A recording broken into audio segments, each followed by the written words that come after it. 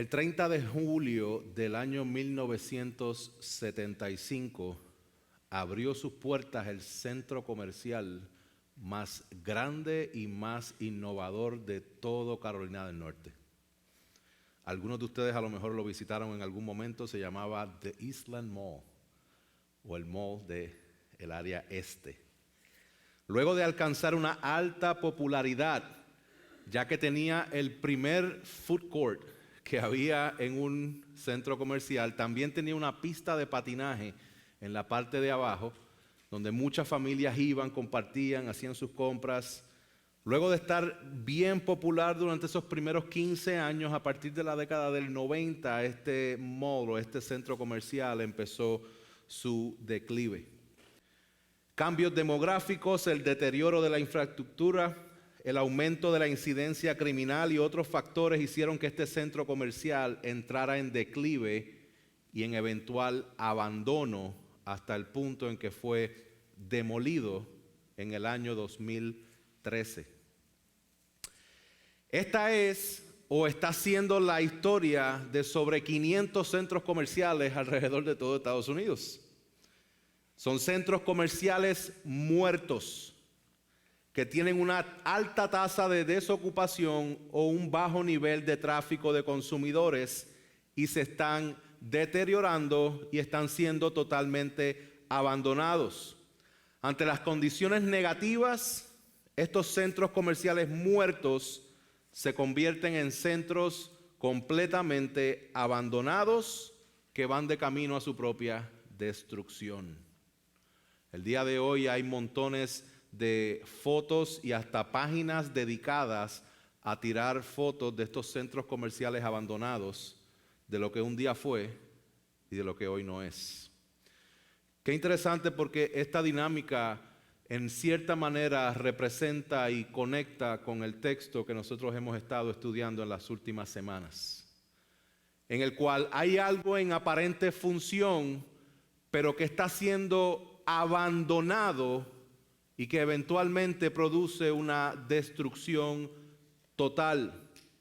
Esto es un reflejo también de la sociedad que nosotros vemos hoy día, donde hay una sociedad que va en deterioro, donde se han abandonado ciertas posturas que en un momento dado eran posturas comunes, morales y correctas, y el día de hoy han transicionado a ser algo totalmente opuesto y negativo.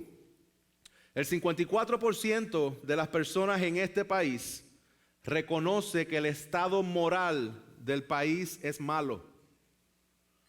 El 83% de las personas piensa que los valores morales de este país seguirán empeorando. Y esa es la realidad cuando una nación y cuando individuos son abandonados a su propio pecado.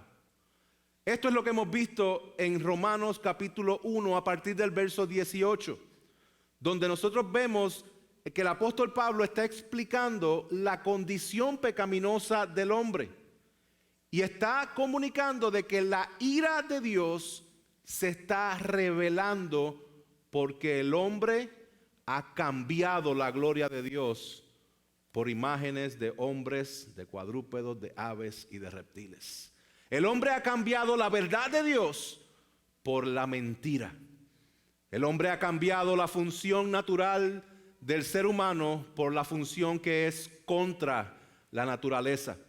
Y debido a que han rechazado a Dios, Dios ha manifestado su ira entregándolos a sus propias lujurias, a sus pasiones degradantes y a lo que vamos a ver el día de hoy, a mentes depravadas. Cuando nosotros vemos una sociedad que está en deterioro, vemos también una sociedad el cual su sistema de pensamiento no opera moralmente, opera contrario a la Escritura. Cuando nosotros vemos esto a través de la historia, porque esto ha sucedido una y otra vez, nosotros nos damos cuenta de que es el juicio de Dios sobre una nación, sobre un grupo de personas, cuando las personas cambian la verdad de Él por la mentira. Hermanos, lo que nosotros vemos hoy día alrededor nuestro, donde hay tanta inmoralidad, donde hay tanto pecado, donde lo malo se le llama bueno, Pablo dice a los romanos que es una manifestación de la ira de Dios. Por lo tanto, nosotros vemos en estos versos, verso 24, verso 26, verso 28, que Dios entrega a todo aquel que le rechaza a su propio pecado. Y han habido dos entregas que hemos explicado la semana pasada y la anterior, las cuales estas entregas primero fue a la inmoralidad del corazón de la persona y a las pasiones degradantes. Y hoy, como les dije, vamos a cubrir esta tercera entrega de la ira de Dios revelada en tiempo presente. Yo estoy bien consciente, hermanos, bien consciente de que este mensaje es un poquito difícil de digerir. Estoy orando al Señor para que nos permita recibirlo, entenderlo y ver cómo realmente esto se manifiesta en nuestra vida. Esto es bien importante porque la descripción que Pablo está haciendo acerca del pecado, nosotros vamos a ser tentados a pensar de que la descripción es el pecado de otras personas, pero quiero que mantengamos en mente de que es la descripción del pecado tuyo también. Entonces, otra vez, el mensaje es un poquito fuerte en el sentido de que Pablo va a estar enfocando y describiendo el tipo de pecado que se está manifestando cuando la ira de Dios simplemente abandona a aquel que lo rechaza. Así que les pido que se mantengan conmigo.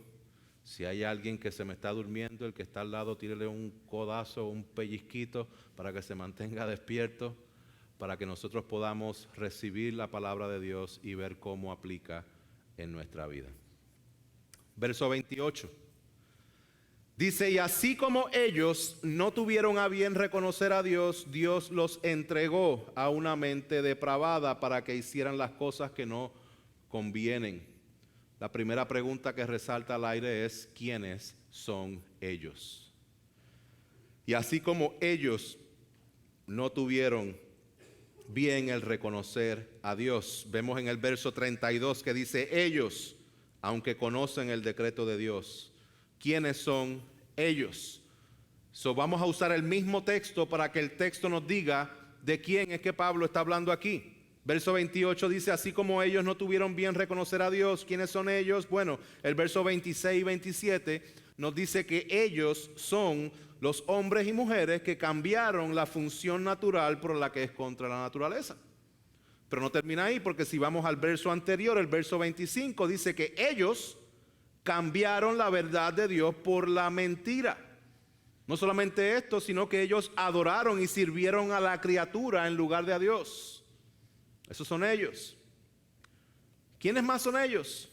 Bueno, ellos sigue describiendo en el verso 23 que ellos cambiaron la gloria del Dios incorruptible por una imagen de hombres y de otras cosas.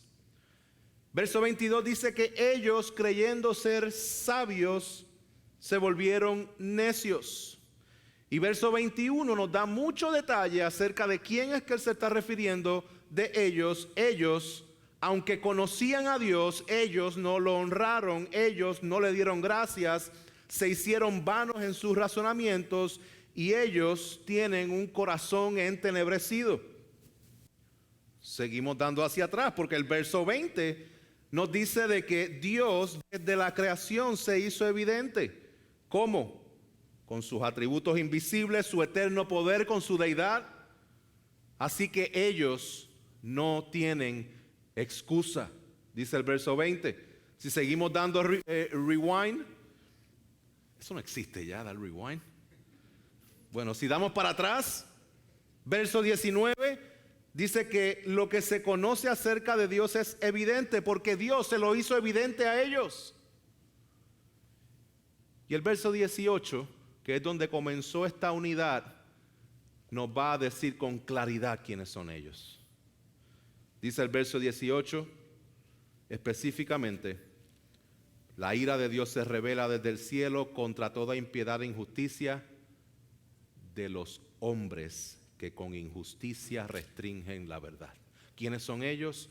Los hombres y mujeres, seres humanos, que con injusticia restringen la verdad. Las personas que restringen la verdad por el pecado son entregados a su propio pecado. Y esa es la manifestación de la ira de Dios presente. ¿Por qué digo la ira de Dios presente? Porque no estoy hablando del juicio venidero donde todo el mundo va a dar cuentas a Dios de sus pecados. Y ese juicio venidero Pablo mismo se va a encargar de mencionarlo en el próximo capítulo, así que manténgase conectado.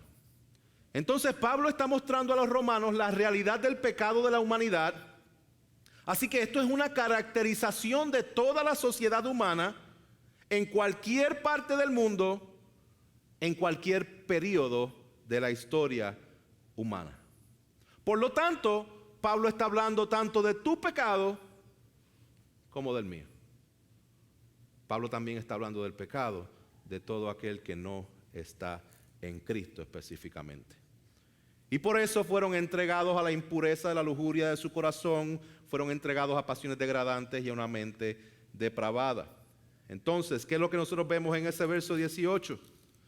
En ese verso 28, que ellos no tuvieron a bien, ya sabemos quiénes son ellos, el reconocer a Dios. Reconocer a Dios.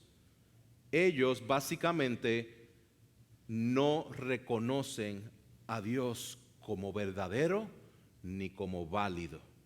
A menudo como un conocido personal que requiere una reacción. Hermanos, cuando nosotros estamos delante de la presencia de Dios, requiere una reacción. Nosotros estamos rendidos en adoración al Señor, entregando nuestra vida al Señor, o estamos dándole la espalda al Señor en plena rebeldía. Esas son las dos formas en que se manifiesta nuestra reacción a Dios. Y debemos siempre estar conscientes de qué manera es que nosotros reaccionamos a Dios, a su palabra y lo que Él ha ordenado, reconociendo a Dios. Entonces, ¿qué es lo que nosotros estamos viendo aquí? Que Dios los ha entregado porque no los reconocieron. Dios los entregó a una mente depravada, una mente moralmente reprochable, una mente llena de pecado, una mente que piensa lo incorrecto, una mente que ve las cosas distorsionadas. Es una cosmovisión, es la forma en la cual tú estás viendo la vida, la forma en que te impacta cómo tú vives, porque estás viéndolo con los lentes del pecado. Entonces aquí Pablo empieza a describir cómo es que se va a manifestar este pecado de las personas. Estas personas que no reconocen a Dios, sabiendo de Dios, y dice en el verso 29 al 31, y aquí es donde les pido paciencia y oídos, porque estas descripciones del pecado pudieran estar metidas en algunas partecitas de nuestro corazón, en las cuales el Espíritu Santo va a querer darte convicción de pecado, para que vengas en arrepentimiento a Él y entregues todo tu corazón al Señor. Dice el verso 29, están llenos, tengo que parar ahí porque dice que están llenos.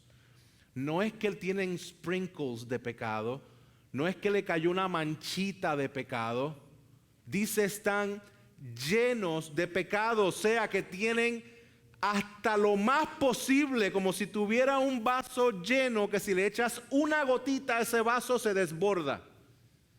Ustedes saben eso, es cuando tú echas mucha agua o estás tomando algo y lo llenaste mucho y no lo puedes casi ni mover, porque si lo mueves sabes que se te va a derramar el vaso. Pablo está describiendo, así es el pecado del que no considera a Dios, del que no reconoce a Dios. Su pecado está hasta el tope.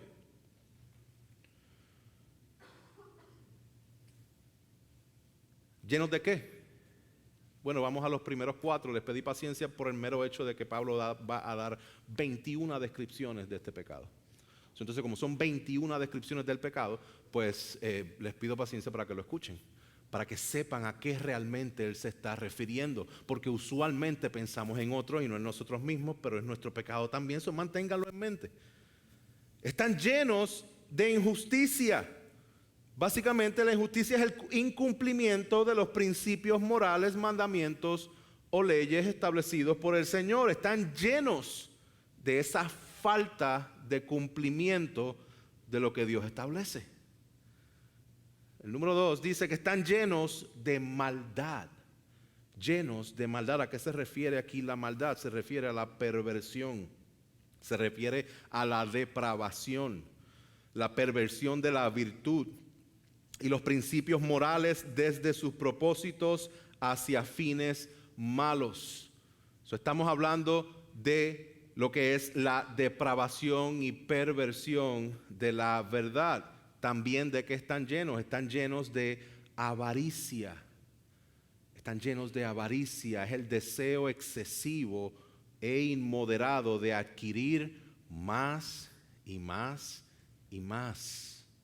Nosotros estamos intoxicados, hermanos, con lo que es la avaricia de querer más y más y más en múltiples áreas de nuestra vida, ya sea por el trabajo, ya sea por el dinero, ya sea por cosas materiales, ya sea por atención, ya sea por influencia, ya sea por poder, pero siempre estamos buscando más y más y más y más, y lo que nos satisface hoy ya no nos satisface mañana, porque queremos más. ¿Qué es eso? Eso es avaricia.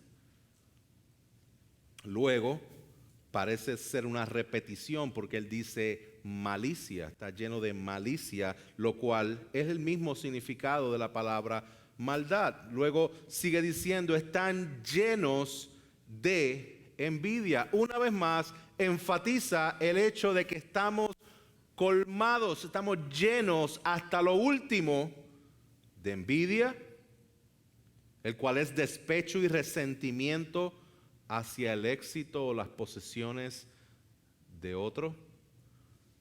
Es bueno que enfaticemos y pensemos y nos detengamos un poquito en qué realmente es eso de la envidia, porque este es el tipo de pecado que está dentro de nuestros corazones, pero que no es visible ante las demás personas. Entonces, cuando es un pecado visible, es bien fácil que alguien pidamos al Señor que en amor te diga, eso, hermano, eso es pecado, eso no se hace, no lo hagas así porque te va a afectar tu vida espiritual, y por favor arrepiéntete, cree en el Señor, ¿verdad? A lo mejor oramos para que ese sea el caso, que alguien en amor te llame a cuenta de tu pecado para que lo dejes y camines en el conocimiento del Señor en obediencia. Pero la envidia es uno de esos pecados en que lo sentiste, lo pensaste, te llenaste el corazón de un bitterness. ¿Cómo se dice bitterness?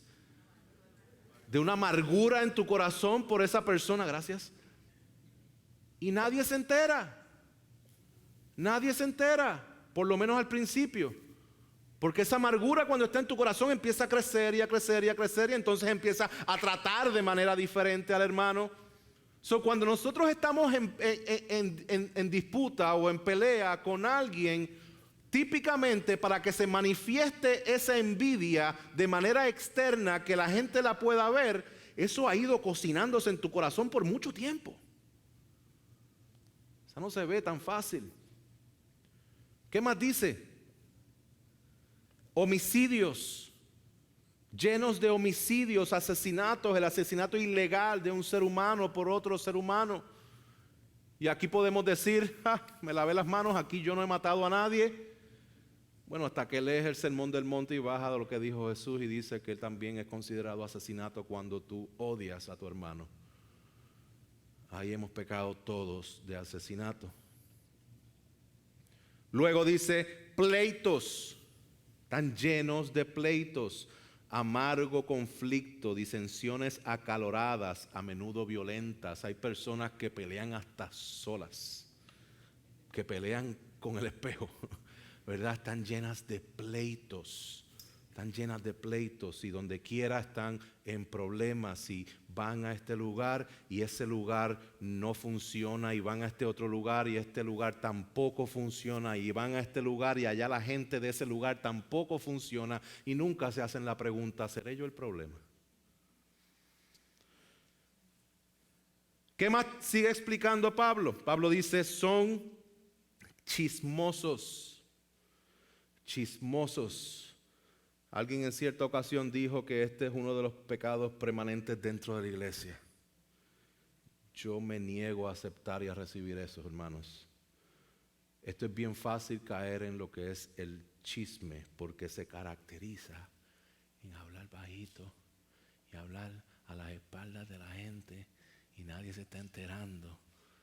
Pero como lo estoy haciendo de manera calladita y bien sutil, yo pienso que no estoy sacando fuego por la boca, porque eso es lo que está sacando fuego y no fuego del Espíritu Santo.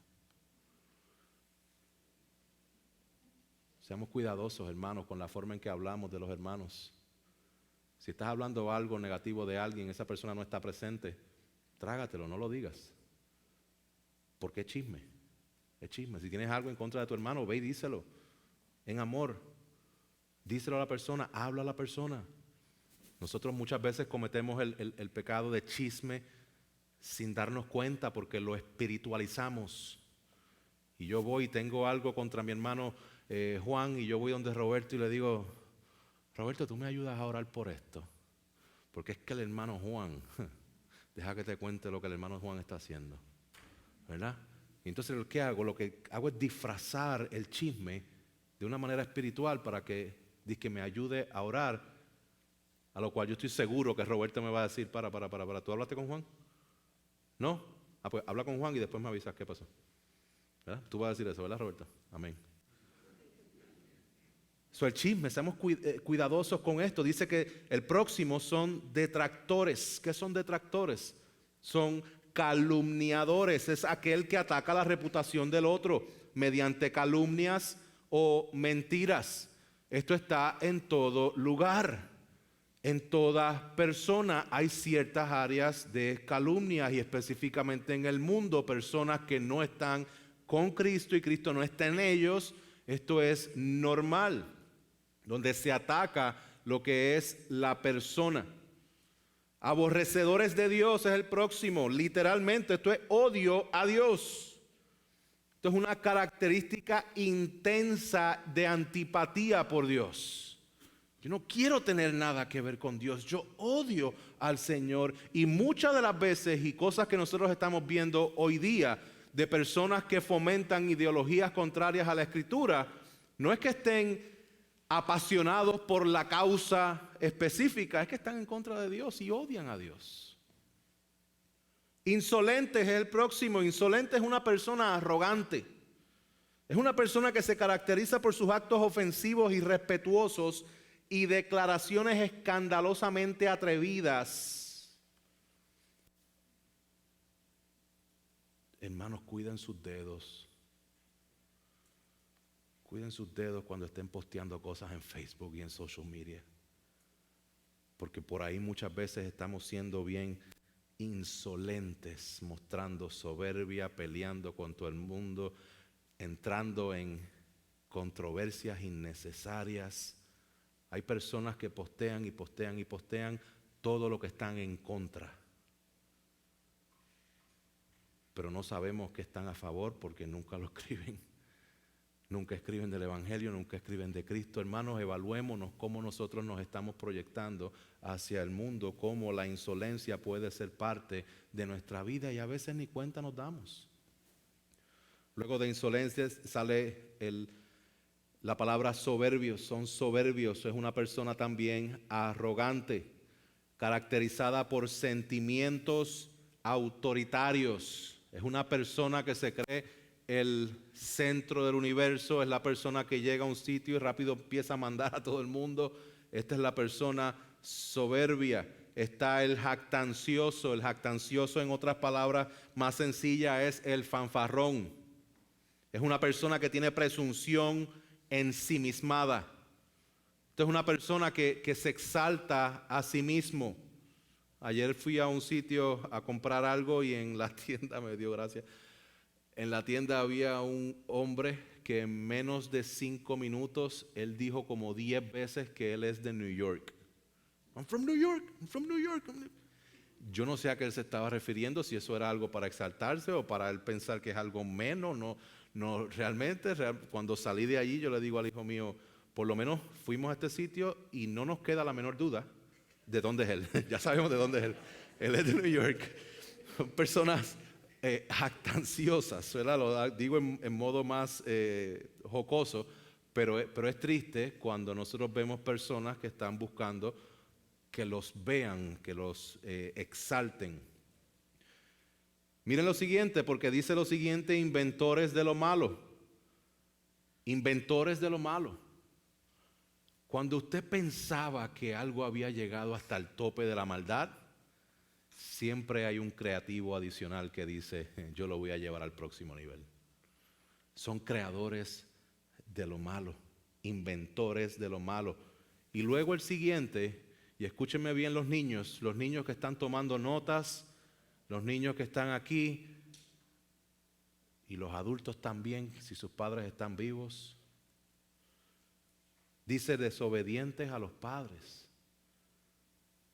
¿Usted se da cuenta de la importancia de estos niños? Aquí dice y describe el pecado como, sí, el pecado se describe como asesinato, que es matar a alguien. Matar a alguien es bien malo. Y también en esa lista aparece la desobediencia a los padres. Niños, jóvenes, honren a sus padres, que es el primer mandamiento con promesa. Honren, respeten a sus padres. Ellos quieren lo mejor para ustedes. Y cuando ustedes obedecen a sus padres, eso agrada al Señor. Así que, pendientes a eso, desobedientes a los padres. Siguiente, son personas sin entendimiento, carentes de capacidad, que no comprenden el significado, la importancia de las cosas. Siguiente, son indignos de confianza. Cuando habla indignos de confianza, son personas sin pacto, personas que tú no puedes confiar en ellos porque lo que le importa a ellos son ellos mismos. Y son personas que de frente pueden decirte una cosa, pero de espalda va a haber otra. El penúltimo es sin amor. Cuando habla sin amor, está siendo específico sobre el amor que debe ir dirigido y se supone que esté a personas que tú ames. No está hablando necesariamente de sí, amor a los enemigos, eso es otro tema, pero aquí específicamente se está refiriendo a personas cercanas a ti que Dios ha puesto en tu vida, que se supone que las ames, pero estás en guerra con ellos. Dice la Escritura que están llenos, el pecado está lleno de este tipo de descripción. Y por último, son personas sin piedad, sin misericordia o despiadados. Hermanos, si hay algo que el Señor tiene para con nosotros es su misericordia. Y el pecado y el pecador, en el juicio de Dios, cuando no reconoce a Dios, es entregado a estar sin misericordia. Sin misericordia. Esto es una descripción bastante detallada. Hay varias descripciones de la lista de pecados que aparecen en las Escrituras. Esta lista no es exhaustiva, no cubre todos los pecados. Esta lista simplemente está enfatizando en la magnitud del pecado de la humanidad, por la cual rechazaron a Dios y Dios los entregó a su ira, abandonándolos en su propio pecado. Y así concluimos en el verso 32, por lo menos este capítulo, donde él dice, ellos, aunque conocen el decreto de Dios, que los que practican tales cosas son dignos de muerte, no solo las hacen, sino que también dan su aprobación a los que las practican. Ellos conocen el decreto de Dios. Aquel que dice, yo no creo en Dios, cree en Dios. Aquel que niega la existencia de Dios, lo está diciendo de boca para afuera porque bien profundo sabe que Dios existe y que hay rebeldía en contra de Dios. ¿Cómo puedo saber eso? Porque Pablo lo está diciendo inspirado por el Espíritu Santo, de que Dios se los reveló, pero ellos restringen la verdad de la palabra de Dios por su injusticia. Y por eso es que la ira de Dios está siendo revelada sobre ellos. Y por eso Pablo dice, no tienen excusa. No tienen excusa. Ellos conocen el decreto de Dios.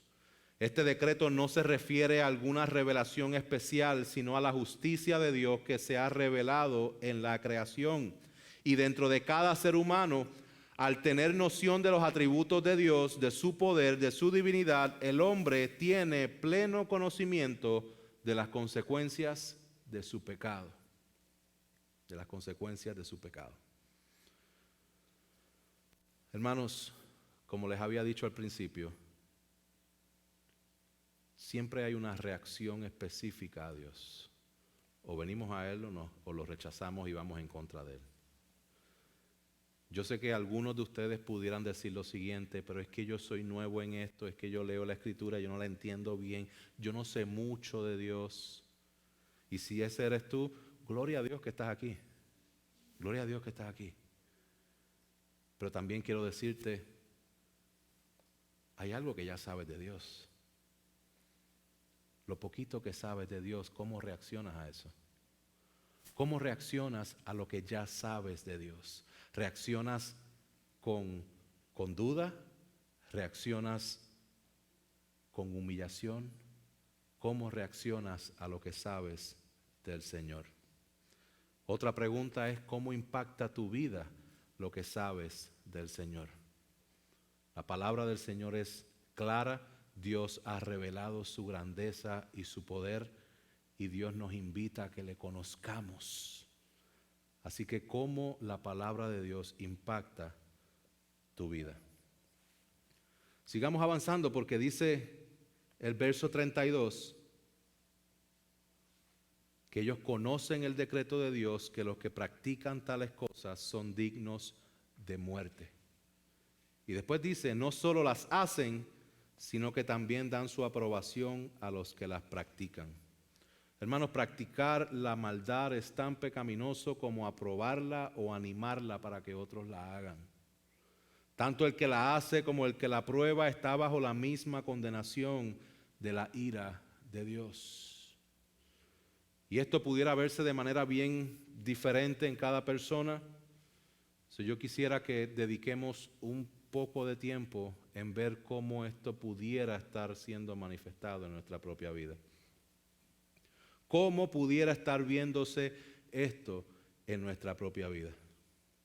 ¿Será que no practicamos ciertas lujurias, pero aprobamos y validamos a otras personas que lo hacen? ¿De qué manera nosotros hemos cambiado la verdad de Dios por la mentira del mundo? Hermanos, el día de hoy estamos viviendo en tiempos bien complicados, bien difíciles, con ideologías que son totalmente contrarias al Señor y una tendencia que estamos viendo el día de hoy bien clara, específicamente hablando de cuando el Señor entrega al hombre pecador o a la mujer pecadora a sus propias pasiones degradantes. Por mucho tiempo muchas personas han estado firmes entendiendo lo que es el modelo de Dios para la sexualidad. Y que están claros, sí, Dios creó hombre y mujer. No estoy de acuerdo en ese estilo de vida. Eso no es lo que la palabra enseña. Eso no es tan firme, hasta que un hijo o una hija son los que se declaran homosexuales. Y ahí la tendencia que estamos viendo bien comúnmente el día de hoy es montones de padres que pensaban estar firmes en la Escritura, pero ahora tienen a un ser querido que aman con todo su corazón, manifestando esta postura contraria que es contra la naturaleza, y entonces empiezan a comprometer sus propias convicciones bíblicas pensando que le están haciendo un favor y que están demostrando amor por esa persona. Hermanos, el mayor amor y muestra de afecto que nosotros podemos tener a una persona es compartirles la verdad. compartirles la verdad mientras la vivimos. Porque si usted le comparte la verdad y se la azota como un látigo y usted sigue viviendo de una manera contraria, créame que eso no va a funcionar. Necesitamos vivir la verdad de Dios en nuestras vidas, necesitamos estar conectados al cuerpo de Cristo, necesitamos estar conectados a la palabra de Dios, vivir lo que Él quiere que nosotros vivamos para que lo comuniquemos con confianza y con una conciencia tranquila. Hermanos, yo quiero que pensemos algo. Si Pablo se ha encargado de explicar el pecado de esta manera, ¿por qué seguimos confiando en nosotros mismos más que en Dios? Si mi pecado es así como lo está describiendo Pablo, ¿por qué yo sigo poniendo más confianza en lo que yo puedo entender en vez de lo que Dios ha establecido en su propia palabra? Simplemente quiero compartir algunas ideologías del mundo de manera bien resumida, para que nosotros tengamos una idea a lo que nos estamos enfrentando, y yo sé que usted lo sabe ya, pero que tengamos una idea de cómo responder a eso.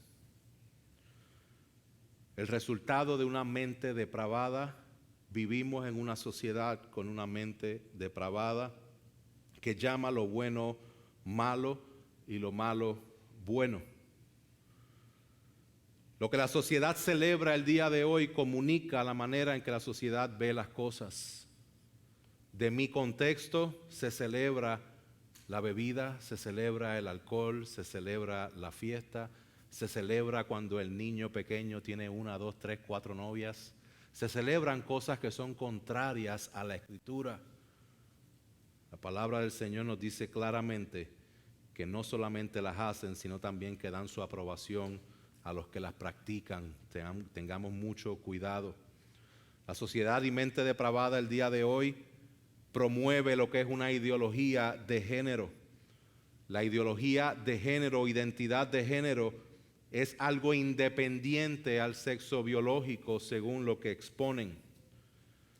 Una persona lo describió de esta forma, dijo: lo que hoy conocemos como ideología de género plantea la teoría de que el comportamiento de hombres y mujeres, así como la práctica de su sexualidad, no están determinados por la anatomía o la biología. La sexualidad es, según esta ideología, una construcción social y cultural. Entonces la ideología de género propone deconstruir al ser humano, la sociedad y la familia, tal como han sido entendidos hasta ahora, provocando una profunda y peligrosa distorsión de la realidad. Pero si bien es cierto que el lenguaje puede distorsionar la percepción que tenemos de nosotros mismos, no puede cambiar nuestra naturaleza. Esta ideología dice que hay un sexo biológico, pero hay una identidad de género, la cual es determinada por el sentimiento de la persona. Esta expresión de género es lo que brinda identidad a la persona. Entonces, si alguien cree ser mujer pero es hombre, no es hombre, es mujer. Asimismo, de manera viceversa. Y asimismo, ese mismo patrón sigue distorsionándose en múltiples áreas. Hermanos, usted prende el televisor y esta ideología te la están apuntando en todos los anuncios, en todos los programas, en todas las películas. Usted, si no está atento, es la ideología que están implementando en las mismas escuelas, que sus niños están creciendo con ella. Es bien importante que nosotros entendamos esto, que es una manifestación de la ira de Dios a una mente depravada, porque la sociedad dice: yo no necesito de Dios, no hay que orar, no necesitamos la palabra, nosotros podemos hacer esto, y el día de hoy no saben ni definir lo que es un hombre ni lo que es una mujer. Hermanos, ¿qué dice la palabra? La palabra dice que Dios creó todas las cosas buenas. Génesis 1, 27 al 31, los creó hombre y mujer, y lo creó bueno en el verso 31, y hay efectos del pecado, la caída del hombre por rebelarse delante de Dios en Génesis capítulo 3. Conozcamos lo que la palabra dice al respecto y mantengámonos firmes en lo que Dios ha establecido. Otro punto, otra ideología de mente depravada es la ideología del aborto o el pro-choice. Este argumento dice que la mujer tiene el derecho para escoger sobre su propio cuerpo y así evitar la inconveniencia del embarazo y la crianza de un hijo. Dice que el feto es una bola de células que no necesariamente tiene valor humano. Acerca del aborto, para que tengamos una idea clara de lo que es un asesinato, ya que toda nueva vida comienza al momento de la concepción. Biológicamente, si algo tiene metabolismo, crece y se multiplica, está vivo. Hermanos, consideremos lo que una mente depravada a nivel de sociedad ha alcanzado por medio del aborto. El número de niños asesinados por aborto cada año hace ver pequeño el holocausto y otros horrores homicidas de la historia. Aproximadamente 3.300 niños son asesinados por aborto al día, llegando a asesinar 1.2 millones de niños cada año. 1.2 millones, multiplíquelo desde cuando fue establecido legal en los años 70. Solamente haga la matemática. El aborto es despiadadamente violento, es el método más utilizado para la realización del aborto, es la succión y se realiza entre las primeras 5 y 13 semanas de embarazo. Este método utiliza una pequeña aspiradora, 15 o 20 veces más fuerte que las aspiradoras de uso de su hogar, que succiona y despedaza al bebé. Cuando el aborto ocurre a partir del segundo trimestre de embarazo, es realizado con un instrumento llamado Sulfur Clamp, que es una larga pinza de metal con pequeños dientes en la punta que hacen que aquello que agarre no sea soltado. Con esa pinza, cada parte del bebé es desprendido del cuerpo, comenzando por los pies y terminando en la cabeza, la cual es quebrada en el proceso de ser sacada. Todo esto mientras el niño tiene latidos en su corazón, ondas cerebrales, sistema nervioso que le permite experimentar el dolor que usted sufriría. Esto es una mente depravada, la cual dice, no, este es mi derecho de poder hacer esto. No, no es tu derecho. Tú haces con tu cuerpo lo que te da la gana, pero lo que tienes allá adentro no es tu cuerpo. Es el cuerpo de una criatura por nacer. Como cristianos, como nosotros vemos esto bíblicamente, el aborto es una violación al mandamiento de no matarás, Éxodo 20:13, es un asalto a la vida que está siendo formada por el mismo Dios en el vientre, Salmo 139, Job 31. Es desobediencia al mandato de rescatar y proteger al débil, como lo vemos en el Salmo 82. Y es una afrenta a la autoridad de Dios, que como autor y dueño de la vida es el único que tiene el derecho a quitarla. Ideología número 3, feminismo radical y masculinidad tóxica. Escúcheme bien en esto. Hay diferentes olas de feminismo. Comenzó con un sentido y ha ido transicionando. Lo que es el feminismo hoy no es lo mismo que era el feminismo cuando empezó. El feminismo hoy ha reclamado que el vivir dentro del rol de esposa y madre ha sido opresivo y por lo tanto la mujer debe ser liberada. También ha proclamado que al ser creadas igual al hombre, la jerarquía debe ser anulada, por lo tanto en la práctica el hombre o la mujer indistintamente pueden ejercer roles de liderazgo tanto en el hogar como en la iglesia. El feminismo dice la mujer fue relegada a un estatus de segunda clase. La palabra dice, creó pues Dios al hombre y a la mujer a imagen suya. Varón y hembra los creó. Mujer, fuiste creada con valor, a imagen de Dios. Eso es lo que la palabra dice, que no te meta esta cultura, el pensamiento en tu mente de que tú no tienes valor porque Dios no tiene valor para ti. Tú tienes valor porque has sido creada a imagen y semejanza de Dios y tú no tienes menos valor que el hombre. Hombre, tú no tienes más valor que la mujer. Tenemos el mismo valor porque somos criaturas delante del Señor, creados a su imagen. Pero al mismo tiempo, varón y hembra los creó con roles específicos. Los feministas dicen la jerarquía es opresiva Pero Dios diseñó que las mujeres estén sometidas a sus propios maridos como al Señor, porque el marido es cabeza de la mujer, así como Cristo es cabeza de la iglesia, siendo él mismo el Salvador del cuerpo. Hermanos y hermanas, Dios creó las cosas con un orden específico para que funcione de manera correcta. Usted quiere hablar con una mujer completamente plena y con un hombre completamente pleno y un matrimonio completamente pleno. Hablen con una pareja que él ama a su esposa como a Cristo y ella se somete a su esposo como al Señor. Hermanos, el pensamiento feminista dentro de la iglesia hoy día busca el empoderamiento de la mujer en áreas de liderazgo y de poder, mientras distorsiona el orden creado por Dios en la iglesia y en el hogar. Este pensamiento habla mucho de guerreras, habla mucho de que son las Déboras, habla mucho de que son las hijas del rey, pero habla bien poco de una conducta casta y respetuosa, habla bien poco del servicio como a Cristo y habla bien poco de la sumisión como el Señor. Primera de Pedro 3:1 dice: asimismo ustedes mujeres estén sujetas a sus maridos, de modo que si alguno de ellos son desobedientes a la palabra, puedan ser ganados sin palabra alguna por la conducta de sus mujeres, al observar ellos su conducta casta y respetuosa.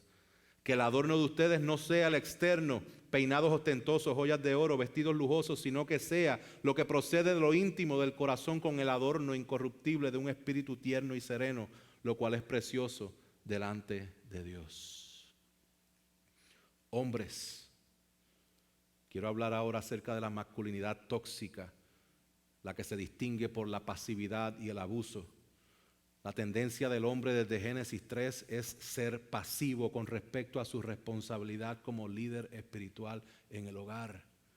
Si usted, varón, hombre, esposo, que estás aquí o que estás casado o que te vas a casar prontamente, Dios te ha otorgado un liderazgo espiritual en tu hogar para que vivas y lideres en tu hogar sometiéndote al Señor y siguiendo los pasos del Maestro. No delegues tu responsabilidad de líder espiritual en tu hogar. Es tu responsabilidad y vas a ser llamado a cuenta delante del Señor. Hoy día hay un enfoque desproporcionado con respecto al rol de proveedor. Y pensamos que no, yo soy hombre, yo solamente proveo y la doña que se encargue de los niños y se encargue de la casa y se encargue de todo lo demás. Esto es distorsión de lo que enseña las Escrituras, porque te permite ver tu rol de proveedor y te distorsiona todos los demás que tienes. Estamos bien enfocados en el sueño americano y bien poco enfocados en el sueño de Dios para nuestras vidas, de nosotros ser formados a la imagen de su Hijo. La ausencia recurrente en el liderazgo sentimental y emocional de su familia. Hombres, esta excusa de que nosotros no somos emocionales y de que yo soy un poquito más, no, esa excusa se rompe cuando vamos a un partido de fútbol o cuando hacemos otras cosas. Sí somos emocionales. Nosotros somos emocionales. Y es importante que tú entiendas tu rol de líder emocional y líder sentimental en tu casa. La mujer va a tener una tendencia de elevar las emociones y es tu rol llevar esas emociones a un lugar más específico y alineado a las Escrituras. No desaparezcas en tu rol de demostrarle amor a tus hijos, de demostrarle amor a tu esposa. No desaparezca, es tu responsabilidad modelar cómo tú lideras la emoción en tu hogar, en tu familia. Otra cosa, ya sea que hay pasividad porque el hombre no asume su responsabilidad, o vamos al otro extremo donde hay abuso, donde está el famoso machismo, donde piensas que las cosas se hacen a tu forma porque tú dices, porque te crees la última Coca-Cola del desierto. No, eso es tóxico. Es tóxica la pasividad y es tóxica el abuso que vayas a utilizar para implementar tu propia voluntad en tu hogar. Ese no es el modelo de Dios para nuestras vidas. El modelo de Dios para nuestras vidas es el modelo que está en Primera de Pedro 3:7, que dice: ustedes maridos igualmente convivan de manera comprensiva con sus mujeres como con un vaso frágil, puesto que es una mujer, dándole honor por ser heredera como ustedes de la gracia de la vida, para que sus oraciones no sean estorbadas. Pablo dice a los efesios: maridos, amen a sus mujeres así como Cristo amó a la iglesia y se dio a sí mismo por ella. Así que ojo, cuando el hombre ejerce su liderazgo de manera bíblica, no es masculinidad tóxica. Mientras el mundo está gritando a los cuatro vientos que la mujer es la que tiene que liderar, el hombre se ha metido a su cuarto a jugar videojuegos. No, tenemos que liderar, pero tenemos que liderar a la manera de Dios, no a la manera del mundo. Hombres y mujeres, amen, sirvan y sacrifíquense como Cristo. Vivan bajo su autoridad, ríndanse a la palabra y luchen cada día contra su pecado. Y no quiero perder la oportunidad para hablar a todos aquellos que están solteros, porque a veces hablamos mucho de los casados y nos olvidamos de los solteros. Solteros, si estás soltero o soltera, tú no necesitas de una persona para que tu identidad esté completa. Necesitas del Señor, y en Cristo lo tienes todo. El Señor Jesús es suficiente para que puedas obtener pleno gozo en tu vida hoy, no el día que te cases. Hoy en Cristo puedes tener pleno gozo. Escúchame bien, si tu anhelo es algún día poder casarte, ríndete cada día al Señor. Crece en el conocimiento de su palabra, crece en la práctica y la obediencia de sus enseñanzas. Humíllate a la mano poderosa del Señor que quiere moldear tu vida para prepararte para el matrimonio. Ahora, sé proactivo o proactiva en la búsqueda de un futuro esposo o esposa que ame más al Señor que a ti. Hermanos, ¿cómo nosotros reaccionamos a este mundo y a todas las cosas que hay? Nosotros tenemos que estar anclados en la palabra de Dios. Nosotros vemos que Dios en su ira ha entregado al pecador que no los reconoce a todas estas cosas, pero Él nos ha entregado a su Hijo también. Cristo vino para salvarnos. Cristo vino para darnos esperanza en un mundo que tiene una mente depravada. Este mundo ha cambiado la gloria de Dios por imágenes, la verdad por mentira, cambiado la función natural por la que es contra la naturaleza, pero aún así hay esperanza. Pablo dice a los Romanos 4:25, el cual fue entregado por causa nuestra, transgresiones, y resucitado por causa de nuestra justificación.